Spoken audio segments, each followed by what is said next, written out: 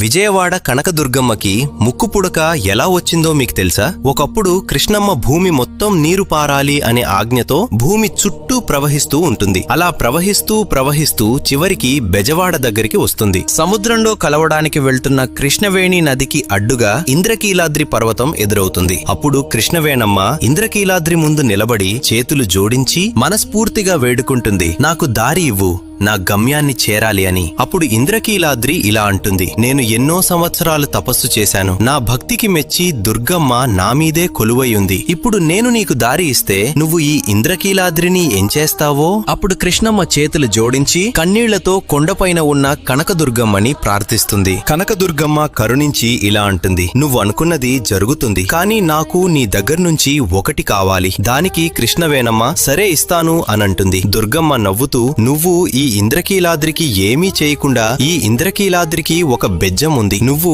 ఆ బెజ్జం నుండి ప్రవహించు అని చెబుతుంది. దానికి కృష్ణవేణమ్మ అంగీకరించి నీకు నా దగ్గర నుండి ఏం కావాలి అని అడగగా దుర్గమ్మ నవ్వుతూ, నాకు నీ ముక్కు పుడక చాలా నచ్చింది, దాన్ని నాకు అరువుగా ఇస్తావా అని అడుగుతుంది. దానికి కృష్ణవేణమ్మ సరే అని ఆమె ముక్కు పుడకని తీసి దుర్గమ్మకి అరువుగా ఇస్తుంది. అలా ఇస్తూ ఇలా అంటుంది, ఈ కలియుగం అంతం అయ్యే సమయంలో నేనే కొండ మీదకి ఎగసి నా ముక్కు పుడకను తిరిగి తీసుకుంటాను అని చెప్పి ఇంద్రకీలాద్రికి ఉన్న బెజ్జం ద్వారా కృష్ణవేణమ్మ ప్రవహించి సముద్రంలో కలిసిపోతుంది. అప్పట్నుంచి ఆ బెజ్జం వాడగా పిలువబడిన ప్రదేశం ఇప్పటి బెజవాడ, విజయవాడగా మారింది. ఎప్పుడైతే కృష్ణానది నీళ్లు నిజంగా అమ్మవారి ముక్కు పుడకను తాకుతాయో అప్పుడు ఈ ప్రపంచానికి ప్రళయం వస్తుంది. అప్పుడు కలియుగం అంతమవుతుంది అని పెద్దలు నమ్ముతారు. దుర్గమ్మ అంటే మీకిష్టమా? జై దుర్గాదేవి అని కామెంట్ చేసి సబ్స్క్రైబ్